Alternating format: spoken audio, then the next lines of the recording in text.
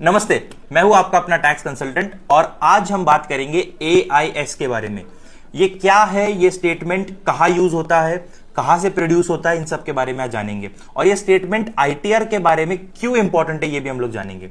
सबसे पहले समझते हैं कि एआईएस मतलब एनुअल इनकम सोर्स स्टेटमेंट या फिर एनुअल इंफॉर्मेशन स्टेटमेंट, जो गवर्नमेंट आपकी प्रिपेयर करती है। जितने भी इनकम आपके पैन कार्ड पे रिपोर्ट हुए हैं उसकी एक समरी प्रेजेंट करती है।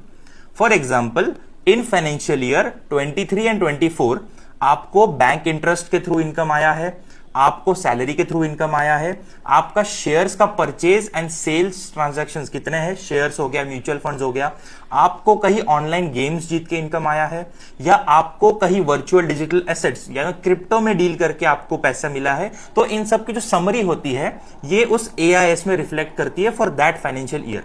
ये एआईएस जो है गवर्नमेंट ने 2020 से लाया हुआ एक इनिशिएटिव है जिसमें आपको आपके एनुअली आपके पैन कार्ड पे जो जो इनकम रिपोर्ट हुए हैं उसके बारे में आपको पता चलता है।